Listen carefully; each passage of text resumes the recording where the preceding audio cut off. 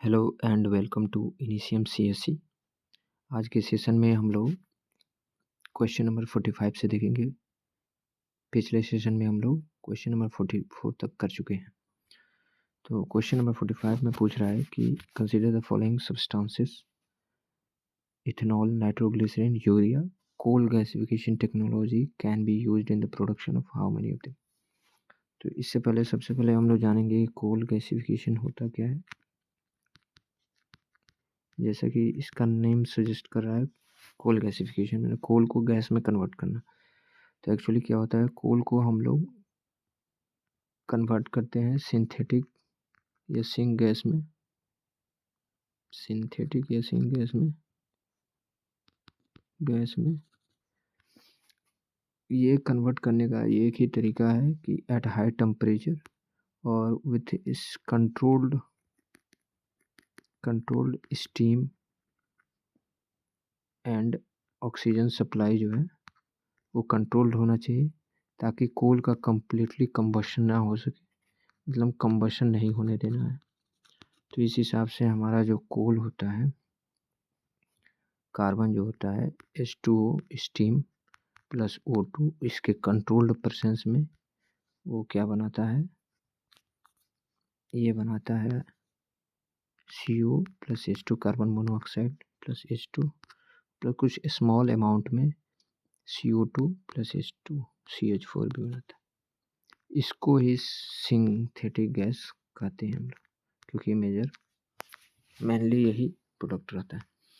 अब हमसे पूछ रहा है कि इस टेक्नोलॉजी से क्या हम लोग इथेनॉल बना सकते हैं। तो इथेनॉल बनाने के लिए ये ऑब्वियसली बन सकता है, दो मेथड है। या तो डायरेक्ट कैटालिटिक रूट से, अगर हम लोग जो सिंक गैस है CO plus H2 with the presence of catalyst like rhodium और आयरन, तो हम लोग इससे डायरेक्ट रूट से C2H5OH प्लस H2O सियोमेट्री में बैलेंस नहीं कर रहा हूँ, तो एक्चुअली इससे ये डायरेक्ट बन जा रहा है, मतलब सिंथेटिक गैस से इथेनॉल बन सकता है। एक और रूट है, उसको बनाने का क्या है कि CO प्लस H2 है, उससे सबसे पहले हम लोग क्या बनाया, सिंथेटिक गैस से हम लोगों ने बनाया पहले मिथेनॉल बनाया, और मिथेनॉल से फिर इथेनॉल बनाया। और एक और रूट है जिसमें जो है कुछ ऐसे बैक्टीरिया है जो इसके फर्मेंटेशन से वो क्या करते हैं, सिंथेटिक गैस को CO प्लस H2 या केवल CO2 को वो कन्वर्ट कर देते हैं इथेनॉल में। तो ऑब्वियसली इथेनॉल को हम लोग कोल गैसिफिकेशन टेक्नोलॉजी की मदद से हम लोग बना सकते हैं। लेकिन नाइट्रोग्लिसरीन की बात करेंगे तो ये नाइट्रेशन ऑफ ग्लिसरॉल या ग्लिसरीन होता है, लेकिन ग्लिसरीन या ग्लिसरॉल ये तो वेजिटेबल ऑयल या फैट ऑयल्स के बेस से बनता है, तो ये तो कोल गैसिफिकेशन के माध्यम से नहीं बन सकता है। यूरिया की बात करें तो यूरिया CuNH2 यूरिया की बात करें तो यूरिया भी बन सकता है, क्योंकि अगर कोल गैसिफिकेशन टेक्नोलॉजी से हमने, जैसे मान लीजिए हाइड्रोजन हमने लिया कोल गैसिफिकेशन से जो CO प्लस H2 है, इसको हम नाइट्रोजन से रिएक्ट करा के हैबर प्रोसेस से हम अमोनिया बना लिए, फिर अमोनिया को CO2 से रिएक्ट करा दिए तो CuNH2 मिल जाएगा। तो यूरिया भी बन सकता है, नाइट्रोग्लिसरीन नहीं बन सकता है, तो ओनली 2 स्टेटमेंट सही। तो ये क्वेश्चन बहुत इंपॉर्टेंट है, आगे कभी पूछ भी सकता है कि कौन कौन से चीज़, क्योंकि कोल गैसिफिकेशन टेक्नोलॉजी का यूज़ क्या क्या बनाने में हो सकता है। कोल गैसिफिकेशन टेक्नोलॉजी का यूज हो सकता है केमिकल्स बनाने में, फ्यूल्स बनाने में, ठीक है, इलेक्ट्रिसिटी जनरेट करने में भी हो सकता है। मैं बताऊँ, इलेक्ट्रिसिटी इसलिए जनरेट होगा, ये जो गैस निकलेगा उसको स्टीम टरबाइन से स्टीम टरबाइन से पास किया जाता है, और उससे जो है कि हम लोग इलेक्ट्रिसिटी जनरेट भी कर सकते हैं इस माध्यम से। अब देखिए कह रहा है what is the question number 46, what is the common characteristics of the chemical substances generally known SCL-20, HMX, LLM-105, which are sometimes talked about in India. These are alternative to hydrofluorocarbon refrigerants. नहीं, ये तो नहीं है. These are explosives in military weapons. These are high energy fuel for cruise missiles. These are fuels for rocket propulsion. ये भी fuels नहीं है, ये एक्सप्लोसिव है ये. अब देखिए question number 47. It is expected that Majorana 1 chip will enable quantum computing. Current affairs का क्वेश्चन था. Yes correct. Majorana 1 chip has been introduced by Amazon web service. नहीं, गलत है. ये माइक्रोसॉफ्ट के द्वारा deep learning is a subset of machine learning. Correct. 1 2 3 correct. With reference to monoclonal antibodies often mentioned in news, consider the following statement. They are man-made proteins. हाँ, ये man-made protein laboratory में बनता है. They simulate immunological function due to their ability to bind specific antigens.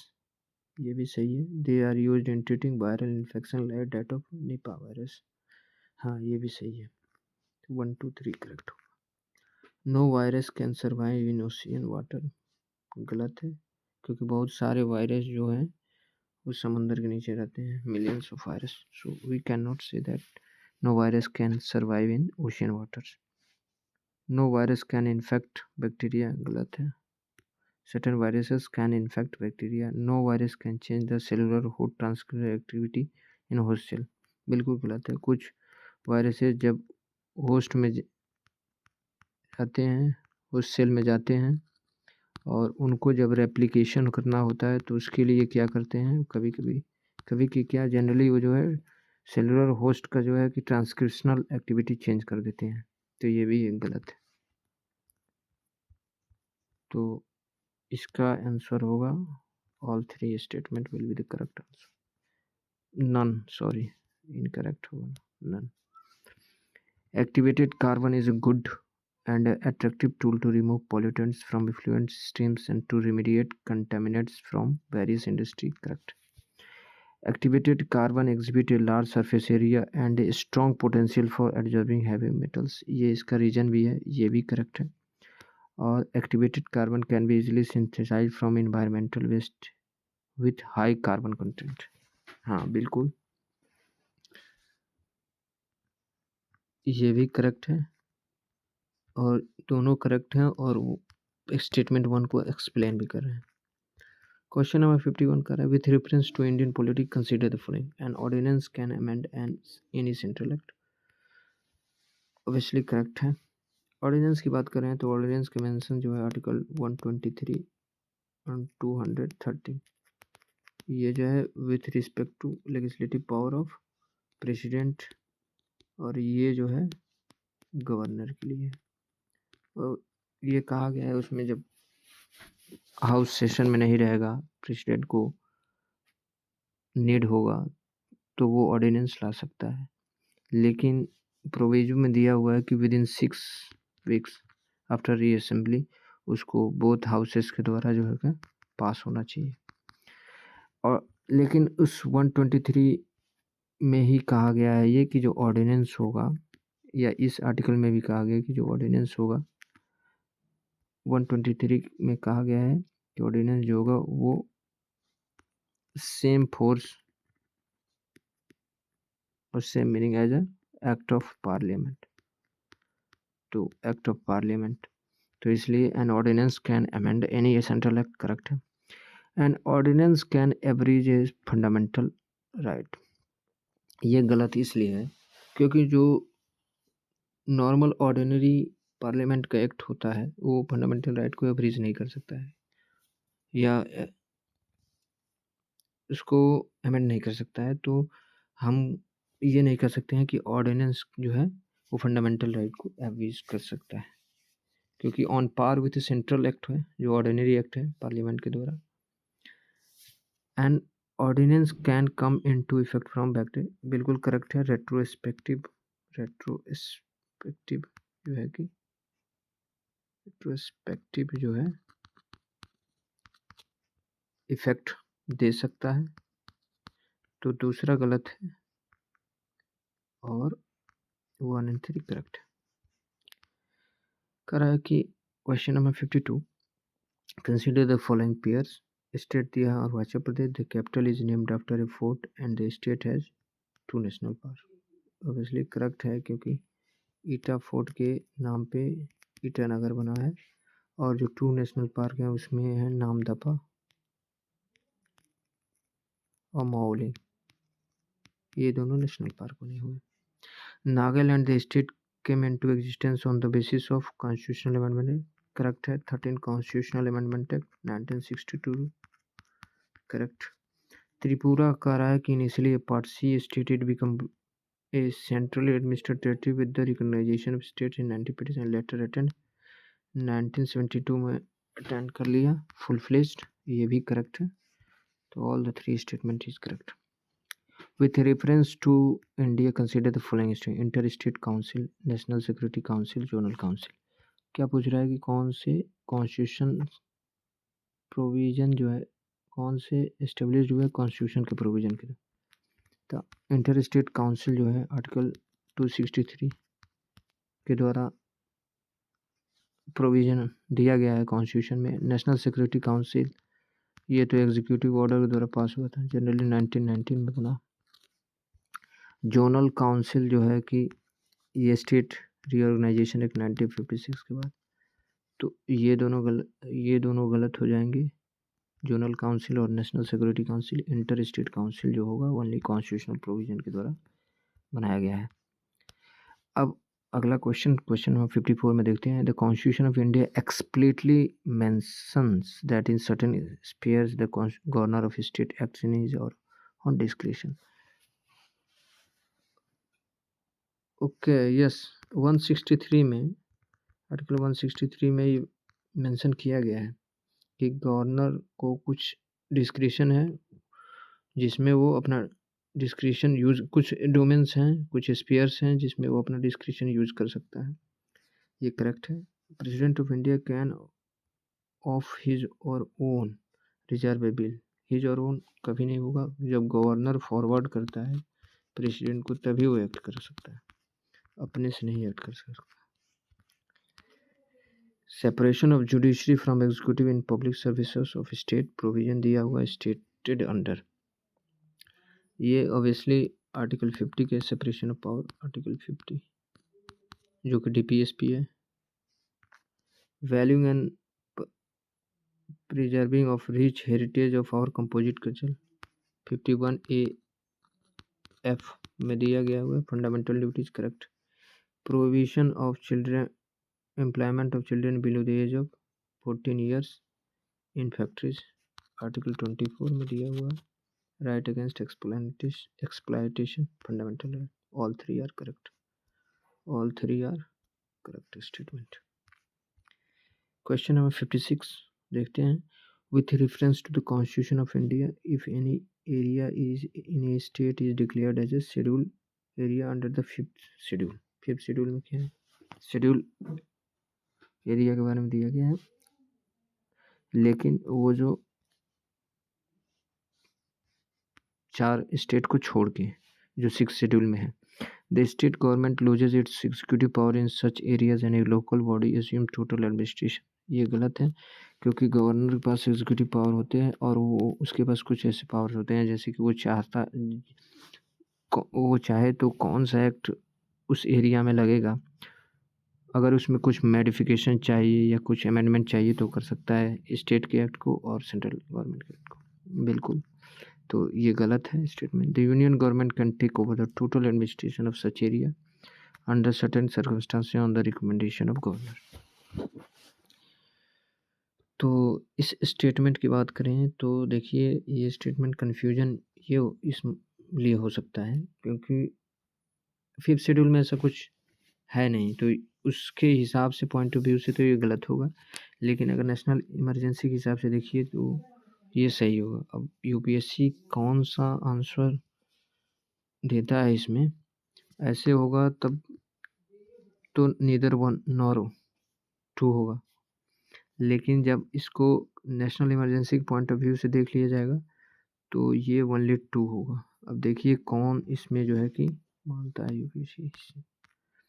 Question number 57 में देखते हैं, with reference to India consider the following pairs organisation union ministry, the national automotive board, ministry of commerce and industry गलत है, ministry of heavy industries, heavy industries. Coir board ये भी गलत है, commerce industry है।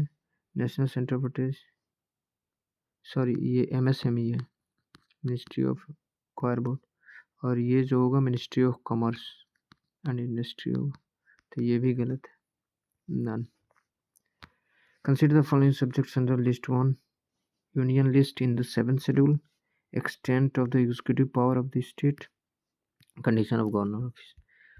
क्या करा फॉर कॉन्स्टिट्यूशनल अमेंडमेंट, ठीक है, with respect to which of the following ratification of the legislature of not less than 1/2 the state is required before presenting the bill to president of first.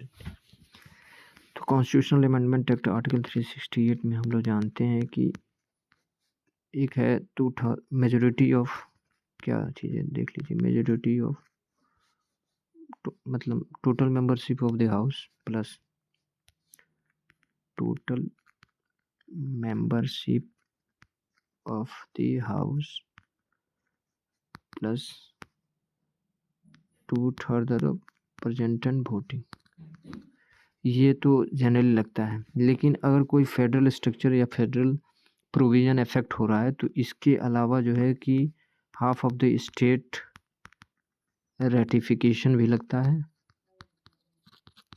Ratification लगता है, जो कि by simple majority होगा state जो ratification होगा।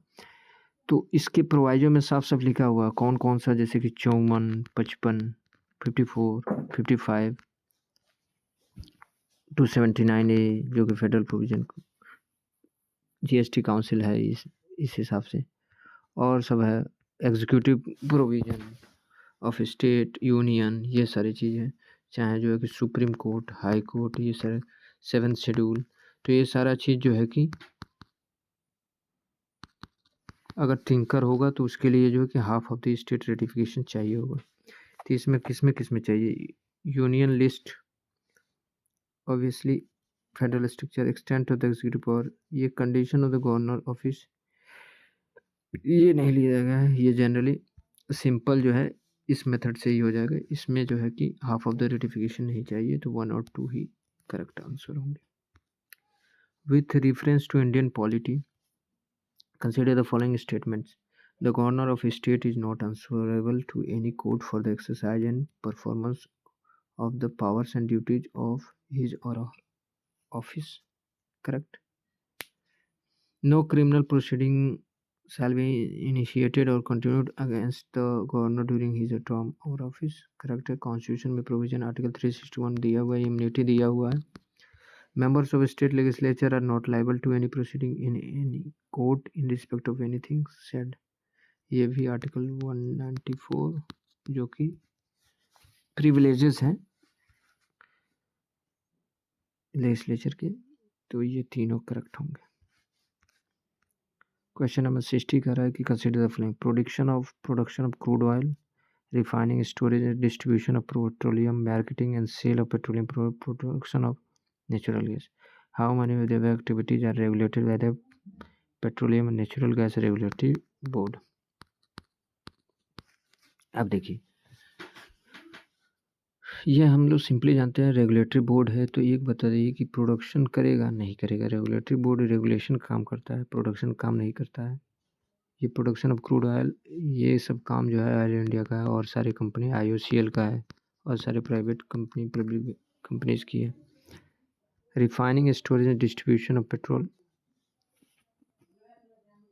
अब देखिए production of crude oil नहीं करेगा तो प्रोडक्शन ऑफ नेचुरल गैस भी नहीं करेगा, ठीक है, ये दोनों चीज़ तो नहीं करेगा। Refining comma storage and distribution of petroleum, marketing and sale of products, तो वनली इसमें क्या हो जाएगा, ये दोनों तो गलत हो गए। और refining, storage and distribution of petrol, ये भी और marketing and sale of petroleum products. तो ओनली 2 ही आंसर होगा इसका, ये दोनों सही। क्वेश्चन नंबर 61 करें। Suppose the revenue expenditure 18,000 crore, revenue received 16,000 crore, the government budget show borrowing of 10,000 crore, interest payment 6,000।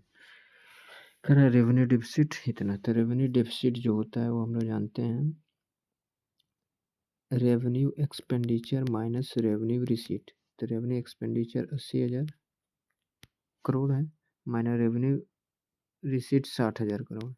तो ऑब्वियसली जो है 20,000 करोड़ होगा, तो ये सही है। Fiscal deficit is 10,000 crore.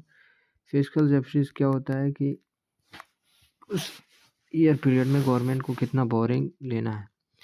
तो इसमें दिखा ही रहा है 10,000 करोड़ बोरिंग, तो 10,000 करोड़ फिजिकल डेफिसिट होगा।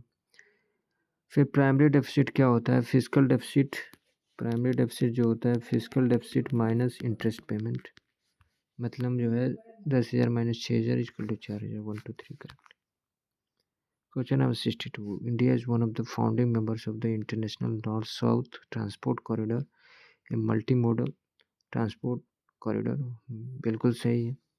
ये जो होता है 2000 में लॉन्च किया गया था, ठीक है। और ये India to Central Asia via Iran, obviously ये करेक्ट है। Of the two major ethanol producers in the world, Brazil and the United States of America, the former produces more ethanol than latter। Brazil नहीं, गलत है। America सबसे ज़्यादा जो है ethanol produce करता है। Unlike in US of America where corn is the principal fertilizer, ethanol products of sugar cane in the principal fertilizer is Brazil में क्या है? Sugar cane. यस, ब्राज़ील में शुगर केन है, यूएस में corn. Correct. तो statement 1, statement 2।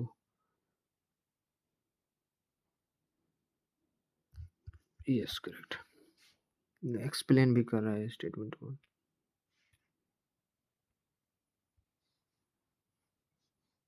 Next question देखते हैं। The World Bank warned that India could become one of the first place where wet bulb temperature routinely exceed 35 degrees Celsius. Which of the following statement best reflect the implication of the west set? तो सबसे पहले बात क्या है कि आपको ये जानना पड़ेगा कि वेट बल्ब टेम्परेचर होता क्या है। वेट बल्ब टेम्परेचर जो है it is the lowest temperature that can be reached just by evaporating water into the air. मतलब ये how cool the air can get by evaporation, ये सिंपली ये tell कर सकता बताता है। तो ह्यूमिडिटी भी बताता है इन द सेंस कि अगर एयर ड्राई है, एयर जो है ड्राई होगा, तो एयर ड्राई है तो इवेपोरेशन ज़्यादा होगा, और इवेपोरेशन ज़्यादा होगा तो मोर कूलिंग होगा, और जब कूलिंग ज़्यादा होगा तो वेट बल्ब टेम्परेचर जो है वो लोअर होगा।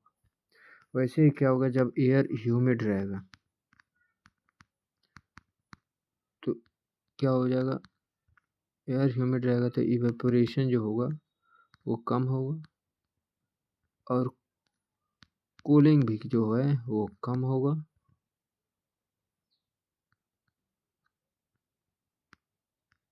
तो वेट बल्ब टेम्परेचर जो होगा ज़्यादा होगा। तो इसमें कह रहा है कि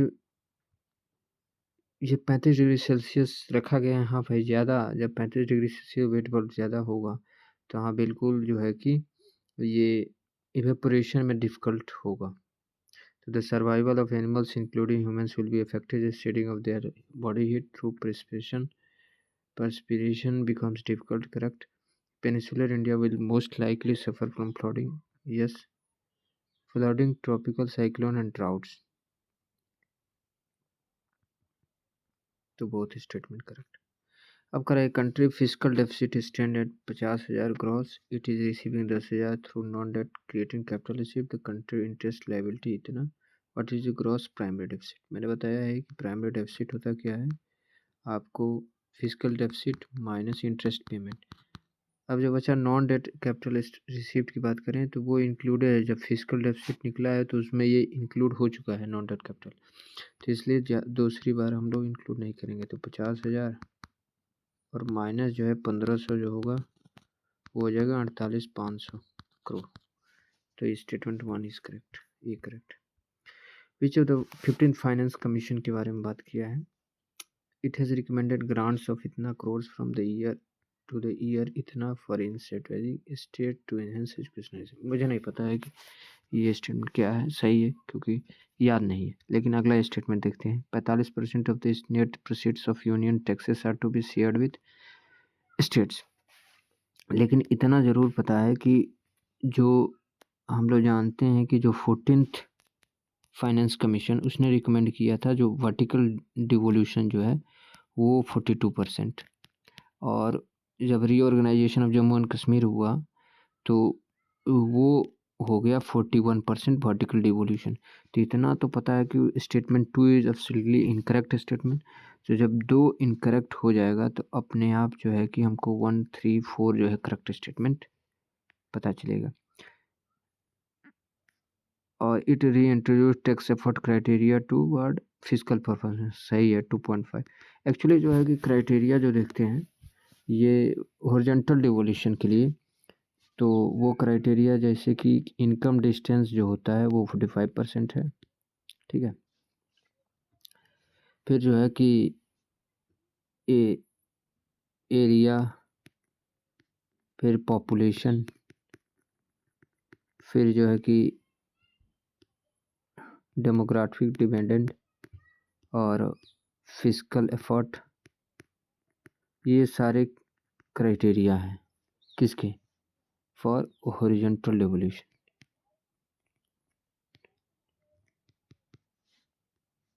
पंद्रह परसेंट, फिर 12.5% और ये जो है 2.5% फिजिकल एफर्ट। यहाँ पे देखिए क्वेश्चन नंबर 67 में consider the following statement with respect to International Bank for Reconstruction and Development. It provides loans and guarantees to middle income countries, ठीक है। इट वर्क सिंगल हैंडेडली, ये बहुत to help developing countries to reduce poverty. मतलब ये केवल अकेला single handedly काम कर रहा है जो कि डेवलपिंग कंट्रीज को पॉवर्टी को रिड्यूस कर रहा है, नहीं। और सारे इंस्टीट्यूशंस हैं। तो इस स्टेटमेंट को ऑब्वियसली गलत करेंगे तो हम लोग जो आएंगे वो आएंगे करेक्ट स्टेटमेंट 1 and 3।